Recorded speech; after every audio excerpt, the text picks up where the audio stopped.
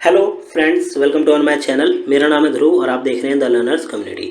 आज की वीडियो में हम बात करने जा रहे हैं फिफ्थ सेमेस्टर के हिंदी सब्जेक्ट के बारे में, जो कि आता है जीई कोर्स के अंतर्गत, जेनरिक इलेक्टिव कोर्स के अंतर्गत आता है। इसके चैप्टर 1 को बात करेंगे। आपको टोटल 4 यूनिट्स पढ़नी है। हर यूनिट में अराउंड 3 से 4 चैप्टर्स अवेलेबल हैं। तो आप कह सकते हैं कि ये यूनिट 1 का चैप्टर 1 है, जिसका नाम है भारत की भाषाएं, परिदृश्य और अनुवाद। ये एक प्रकार से पार्ट 1 है। नेक्स्ट पार्ट में केवल अनुवाद वाला टॉपिक रह जाएगा, वो हम छोटी सी वीडियो बना के आपको अगले पार्ट में डिस्कस कर देंगे। ये वाला जो पार्ट है इसमें काफ़ी बड़े बड़े टॉपिक्स हैं। चलिए वीडियो को शुरू करते हैं। और अगर अभी तक आपने हमारा चैनल सब्सक्राइब नहीं किया तो प्लीज़ चैनल को सब्सक्राइब करें और वीडियो पूरा देखिए, काफ़ी इंपॉर्टेंट वीडियो है आपके लिए। हमारा पहला टॉपिक आता है हिंदी शब्द की व्युत्पत्ति समझाइए। मतलब हिंदी शब्द कहाँ से आया, उसकी उत्पत्ति किस प्रकार हुई। हिंदी शब्द की व्युत्पत्ति। हिंदी शब्द का संबंध मूल रूप से हिंद या हिंदू आदि शब्दों से है। तो जो हिंदी शब्द है उसका मूल रूप से संबंध किस प्रकार से है, हिंद या फिर हिंदू शब्द से है। हिंद या हिंदू की कई व्युत्पत्तियां हैं। कुछ संस्कृत पंडितों के अनुसार इसे हिंद नष्ट करना, दुष्ट को नष्ट करने वाला मानते हैं। ठीक है, तो कुछ जो पंडित हैं, संस्कृत पंडित, उनके अनुसार जो हिंदू है या फिर आप कह सकते हैं हिंदी है, ये इसका क्या मतलब है, दुष्ट को नष्ट करने वाला मानते हैं। शब्द कल्दुपरम में हिंदू को हिन प्लस दुष्ट प्लस डू अर्थात हीनों को दूषित करने वाला माना गया है। इसकी एक व्युत्पत्ति ये भी है कि ये हिस्सा द्योतिषा हिंदू की गई है। तो एक प्रकार से आप कह सकते हैं कि हिंदी शब्द के अलग अलग लोगों द्वारा अलग अलग परिभाषाएं हैं। ठीक है, हिंदी शब्द की अलग अलग परिभाषाएं हैं। कुछ पंडित लोग अलग बताते हैं, कुछ जो साधारण लोग हैं वो अलग बताते हैं। इसका जो अर्थ है, आप कह सकते हैं इसका जो अर्थ है वो है कि हिंसा को देखकर दुखी होने वाला हिंदू है। ऊपर जितनी भी व्युत्पत्तियां दी गई हैं वे सभी कल्पना पर आधारित है। वास्तविकता यह है कि मूलतः यह हिंदू ना होकर सिंधु है। ठीक है, तो जो ऊपर हमने बताया एक प्रकार से वो कल्पना है, लोग अपने हिसाब से परिभाषित कर देते हैं। परंतु मेन रूप से अगर आप कहें तो जो हिंदू है वो हिंदू ना होकर क्या है, सिंधु है। सिंधु शब्द भी संस्कृत का नहीं है। डॉक्टर भोलानाथ तिवारी के अनुसार यह द्रविड़ भाषाओं के सिद्ध है, द्रविड़ भाषा का सिद्ध है, जिसको अब हम सिंधु कहते हैं, सिद्ध है, जो आर्य के आगमन से के बाद संस्कृतिकरण की प्रवृत्ति के कारण सिंधु हो गया। तो जो सिंधु शब्द है वो क्या है, वो एक प्रकार से कोई संस्कृत का शब्द नहीं है। डॉक्टर भोलेनाथ तिवारी जो है वो बताते हैं कि यह द्रविड़ भाषा का एक शब्द सिंध से निकला है। ठीक है, और जब भारत में आर्यों का आगमन हुआ, ठीक है, आर्यों का वर्चस्व बढ़ने लगा तो संस्कृतिकरण हुआ और उसके बाद क्या बना, ये जो सिंध शब्द है ये सिंधु बन गया। पश्चिमोत्तर नदी विशेष और उसके आसपास के क्षेत्र को सिंधु कहा कहते हैं। ठीक है, तो पश्चिम उत्तर में जो नदियां हैं और उनके जो आसपास का क्षेत्र है उसको क्या कहा जाता है, सिंधु कहा जाता है। भारत के ईरान से संबंध रहे हैं। पुराने समय में भारत के ईरान से संबंध रहे हैं। ठीक है, यहाँ से आप कह सकते हैं कि यहाँ से कई सारे मसाले दुनिया के कोने कोने तक जाया करते थे। ठीक है, तो ईरान के साथ भी कुछ संबंध देखने को मिलते हैं। इसके अत्यंत पुष्ट परिणाम जो प्रमाण है वो उपलब्ध है। ईरानियों ने यहाँ आने पर सिंधु को हिंदू रूप में उच्चारित कर दिया। ठीक है, तो जब ईरानी लोग जब ईरान से भारत आए तो उन्होंने सिंधु शब्द को क्या कर दिया, हिंदू शब्द के रूप में उच्चारित कर दिया, बोल के बता दिया। क्योंकि हमारे यहाँ की सा ध्वनि, हमारे यहाँ भारत में जो सा की ध्वनि है वो वहाँ पे हा की ध्वनि माना जाता है और महाप्राण ध्वनि अल्पप्राण रूप से उच्चारित होती है। ठीक है, तो सिंपल सी बात है कि जब ईरानी लोग ईरान से भारत आए तो उन लोगों ने क्या करा, यहाँ पे आके सिंधु शब्द को हिंदू शब्द के रूप में उच्चारित कर दिया और उसके बाद पूरे भारत पे एक प्रकार से यही शब्द बढ़ने लगा। शुरू में ईरानियों ने सिंधु नदी को और उसके आसपास के क्षेत्र को हिंदू कहा। ठीक है, तो स्टार्टिंग में जब ईरानियों ने क्या कहा, सिंधु नदी के आसपास का जो क्षेत्र है और सिंधु नदी, उसको हिंदू कहा। आखिरकार पूरे भारत में हिंदू कहा जाने लगा। अंत है ऊ के लोप, मतलब ऊ का लोप हुआ, ऊ की कमी हुई उस शब्द में। ठीक है, तो अंत ऊ के लोप होने से यह हिंद हुआ और इसमें इक प्रत्यय का प्रयोग से हिंदिक बन गया। तो क्या हुआ, कुछ समय बाद जब हिंदू जो शब्द था उसमें ये जो मात्रा लगी है इसका लोप हुआ ऊ का, ठीक है, तो वो हिंद बन गया और कुछ समय बाद इसमें क्या लगा दिया गया, इक लगा दिया गया। इक का प्रत्यय मतलब ही के बाद इक को जोड़ दिया गया, तो ये क्या हो गया, हिंदिक हो गया। और फिर बाद में जिसका अर्थ है हिंद, यही हिंदिक ही। अब क्या हुआ, इतने बड़े हिंदिक शब्द में का लोप हुआ, मतलब का की कमी हुई और ये क्या बन गया, हिंदी बन गया। और संज्ञा या विशेषण रूप में अनेक अर्थों मलमल और विशेष प्रकार की तलवार, काला डाकू हिंदी में प्रचलित हुए। तो एक प्रकार से आप कह सकते हैं कि ये जो मैंने ऊपर इतना बताया, इस प्रकार से हिंदी शब्द का क्या हुआ, हिंदी शब्द बन के तैयार हुआ। तो इसके सिंपल से अगर आप उसमें समझे तो कि हिंदी शब्द जो बना वो किन प्रकार बना, जब ईरानी लोग वास्तविकता में भारत आए और उन्होंने सिंधु को हिंदू पढ़ दिया और उसके बाद हिंदी शब्द का निर्माण हो गया। अब आता है कि भाषा के अर्थ में हिंदी शब्द का प्रारंभिक प्रयोग भी फारस और अरब में ही 6वीं शताब्दी ईसा पूर्व मिलता है। तो भाषा के अर्थ में अगर हम बात करें, जो हिंदी शब्द है उसका सबसे पहला प्रयोग फारस और अरब में मिलता है 6वीं शताब्दी ईसा पूर्व। मुसलमानों का संबंध मूल्यतः मध्य देश से था, इसीलिए इस क्षेत्र की भाषा को उन्होंने जबाने हिंदी या हिंदी जबान कहा। तो मुसलमानों का जो संबंध था वो मध्य देश में था, मतलब मिडल में था, ठीक है, तो इसीलिए उन्होंने इस क्षेत्र को कहा जबाने हिंदी, हिंदी जबान कहा या फिर जबाने हिंदी कहा, उन्हीं लोगों ने, मुसलमानों ने। शुरू में इसका प्रयोग मुसलमानों की हिंदवी के लिए किया जाता है। हिंदवी का अर्थ क्या है, दकी खानी का समर्थन होती हो गया, मतलब एक प्रकार से मुसलमानों की क्या करना, दकिया खानी करना, उनके बारे में उनको बताना, ठीक है। हिंदी शब्द का प्रयोग किया जाने लगा। फिर सन 1800 के बाद अंग्रेज और विशेष रूप से फोर्ट विलियम के द्वारा यह ऐसी भाषा के रूप में प्रचलित हुआ जिसकी लिपि देवनागरी थी। तो 1800 के बाद क्या हुआ, जब जो अंग्रेज थे, मुसलमानों के काल के बाद जब अंग्रेज भारत में आए तो फोर्ट विलियम के द्वारा ये जो शब्द है हिंदी, ये एक भाषा के रूप में प्रचलित हुआ और इसकी जो लिपि थी वो थी देवनागरी। यह शब्द समूह की दृष्टि से संस्कृत की ओर झुका हुआ था, ठीक है। तो ये जो शब्द है, ये आप कह सकते हैं शब्दों का समूह जो है, ग्रुप ऑफ वर्ड्स जो कि हम हिंदी लेटर में देखते हैं, ये एक प्रकार से संस्कृत की ओर ज़्यादा झुका हुआ था। आज भी यह शब्द लगभग इसी अर्थ में प्रयुक्त होता है। अब बात करें, हिंदी शब्द का इतिहास लगभग 1000 वर्ष पुराना माना गया है। तो हिंदी शब्द का जो इतिहास है वो लगभग 1000 वर्ष पुराना माना गया है, और कहें तो ये इससे भी ज़्यादा पुराना है। संस्कृत भारत की सबसे प्राचीन भाषा है, जिसे आर्य भाषा या देव भाषा भी कहा जाता है। तो संस्कृत जो है ये भारत की सबसे प्राचीन भाषाओं में से एक है वर्तमान में, ठीक है। वर्तमान में संस्कृत के बारे में और ज़्यादा खोज की जा रही है ताकि पता चल सके कि संस्कृत आखिर कहाँ तक फैली हुई थी, ठीक है। और ये इसको आर्य भाषा या देव भाषा भी कहा जाता है। हिंदी इसी आर्य भाषा संस्कृत की उत्तराधिकारिणी मानी जाती है, ठीक है। तो हिंदी जो भाषा है वो आर्य भाषाओं से निकल कर आई है, आर्य भाषा संस्कृत से निकल कर आई है। हिंदी वास्तुतः फारसी भाषा का शब्द है जिसका अर्थ है हिंदी का या हिंद से संबंधित। तो जो हिंदी शब्द है, ठीक है, वो फारसी भाषा का एक शब्द है और इसका अर्थ क्या है, हिंद से संबंधित। हिंदी शब्द का निष्पत्ति सिंध से हुई है, क्योंकि ईरानी भाषा में सा को हा बोला जाता है, ठीक है। तो जो हिंदी शब्द है इसका आप कह सकते हैं सिंधु से निकल के ये आया है, ठीक है।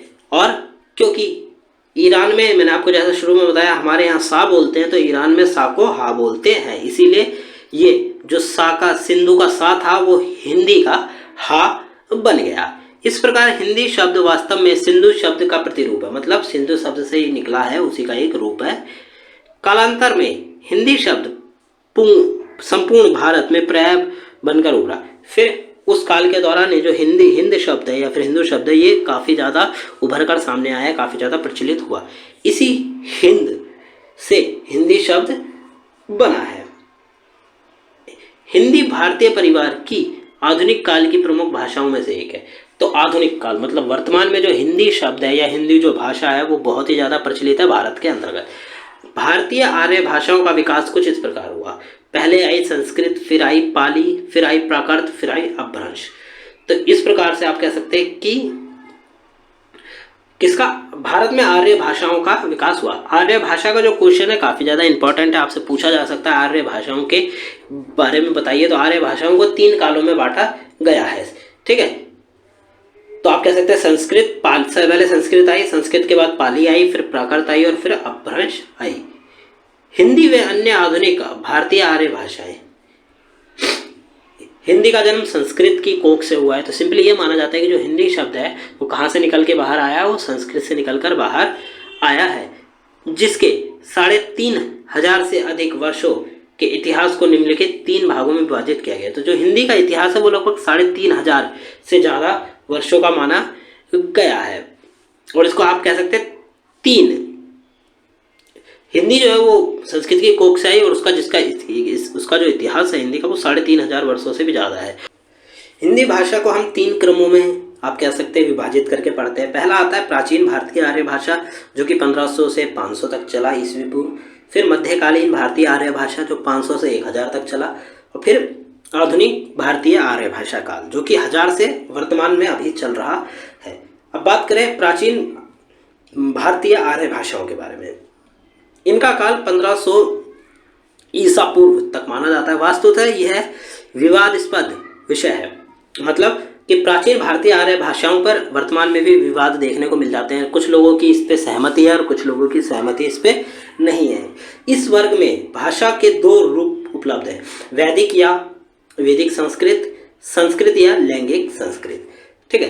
तो प्राचीन आर्य भाषाओं में आप देखेंगे तो आपको 2 रूप देखने को मिलेंगे, वैदिक या वैदिक संस्कृत और संस्कृत या लैंगिक संस्कृत, ठीक है। तो आप कह सकते हैं वैदिक संस्कृत, लैंगिक संस्कृत आपको देखने को मिलती है। अब बात करें इनके बारे में, तो वैदिक या वैदिक संस्कृत, इसे वैदिक भाषा, वैदिकी छंद या प्राचीन संस्कृत भी कहा जाता है, ठीक है। तो वैदिक जो संस्कृत है इसको प्राचीन संस्कृत भी कहा जाता है। वैदिक भाषा का प्राचीनतम रूप ऋग्वेद में सुरक्षित है। ऋग्वेद में आप देखेंगे तो वैदिक भाषा है उसका आपको रूप देखने को मिलेगा ऋग्वेद के अंतर्गत, जो कि उसके अंदर सुरक्षित है और सबसे आप कह सकते हैं ऋग्वेद हमारे यहाँ सबसे पुरानी किताबों में से एक है। यद्यपि अन्य 3 साहित्य ब्राह्मण ग्रंथों तथा प्राचीन उपनिवेशों आदि की भाषा भी वैदिक ही है, किंतु इन सभी में भाषा का एक ही रूप नहीं मिलता। आप देखेंगे इसके बाद 3 साहित्य जैसे साहित्य, ब्राह्मण ग्रंथ तथा प्राचीन उपनिवेश, जो पुराने समय में हमें ब्राह्मणों के द्वारा लिखे गए ग्रंथ मिले हैं या फिर प्राचीन उपनिवेश पदे जो मिले हैं उनकी जो भाषा है वो भी वैदिक है, परंतु उनमें कुछ कुछ डिफरेंस देखने को मिल जाता है, ठीक है। इसलिए एक भाषा का रूप उसमें देखने को नहीं मिलता। फिर आती है संस्कृत या लैंगिक संस्कृत। प्राचीन भारतीय आर्य भाषाओं का दूसरा संस्कृत है, ठीक है। प्राचीन भारतीय आर्य भाषा का दूसरा जो पार्ट है वो है संस्कृत। इसको लैंगिक संस्कृत या क्लासिकल संस्कृत भी कहा जाता है, ठीक है। तो लैंगिक संस्कृत को लैंगिक संस्कृत, क्लासिकल संस्कृत या संस्कृत भी कहा जाता है। यूरोप में जो स्थान लैटिन शब्द का है वही स्थान भारत में संस्कृत का है, ठीक है। तो यूरोप में जो स्थान लैटिन जो शब्द है, जैसे लैटिन अमेरिका, ठीक है, तो लैटिन जो शब्द है इसका जो अर्थ है वही भारत में संस्कृत का अर्थ है। गुप्त काल में संस्कृत की सर्वाधिक उन्नति हुई थी। तो गुप्त का जो काल था, समुद्रगुप्त मौर्य आप कह सकते हैं, ठीक है, गुप्त जो काल था उस काल में संस्कृत की सबसे ज्यादा उन्नति हुई थी। इसका साहित्य विश्व के समृद्धात्मक साहित्यों में से एक है। ऐसे साहित्य जो विश्व में समृद्ध है, समृद्धता प्राप्त है, उनमें ये देखने को आपको मिलती है। वाल्मीकि, व्यास, कालिदास आदि इसकी महान विभूतियां हैं, ठीक है। तो वाल्मीकि, व्यास, कालिदास आदि लोगों ने इन लोगों का इसका प्रयोग करके इनके बारे में लिखा है। विश्व व्याख्यात महाकवि कालिदास का अभिज्ञान शकुंतलम नाटक संस्कृत भाषा श्रृंगार है, ठीक है।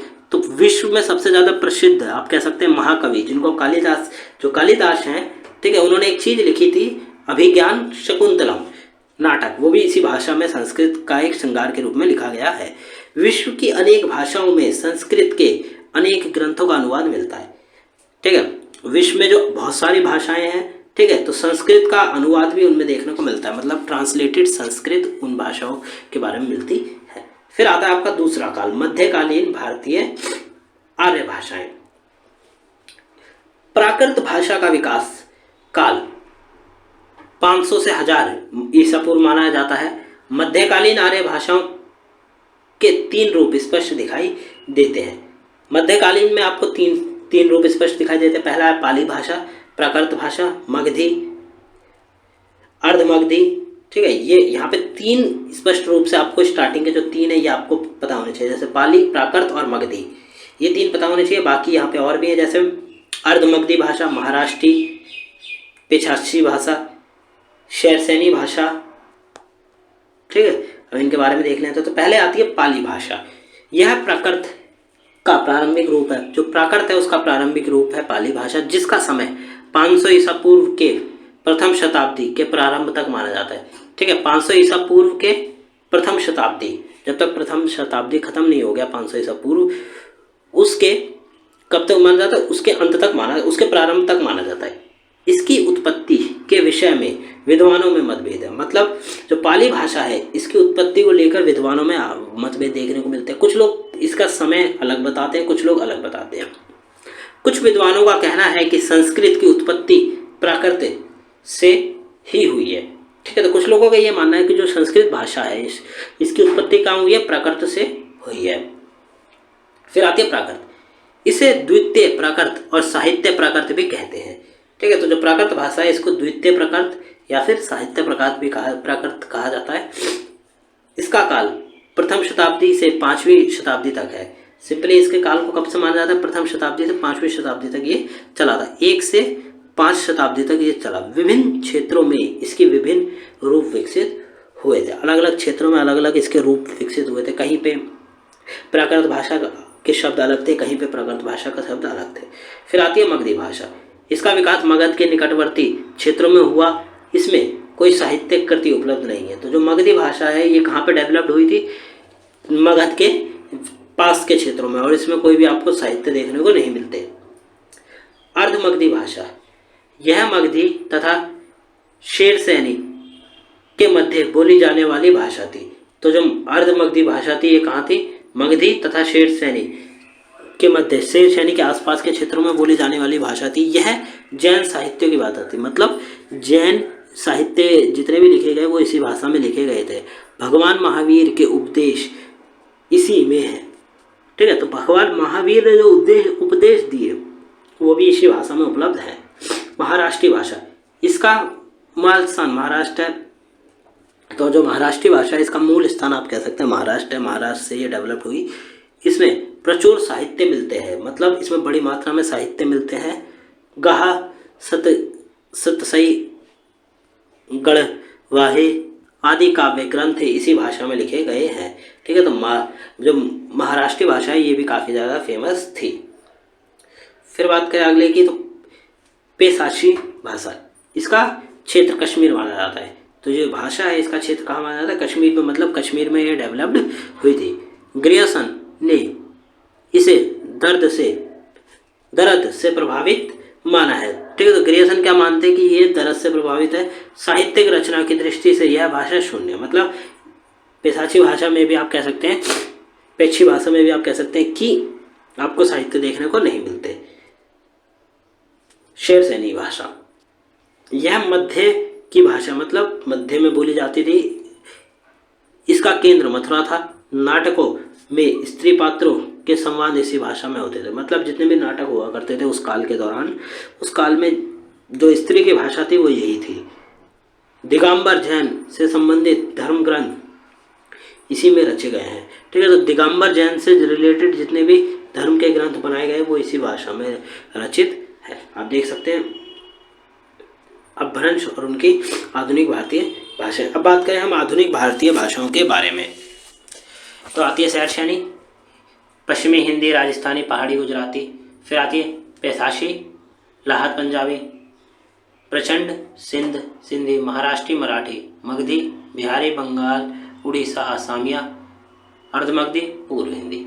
ठीक है, तो अपभ्रंश एक प्रकार से इन जो भाषाओं का जो ग्रुप है उनमें से ये सारी भाषाएं निकलकर सामने आई हैं। अब चलते हैं आगे।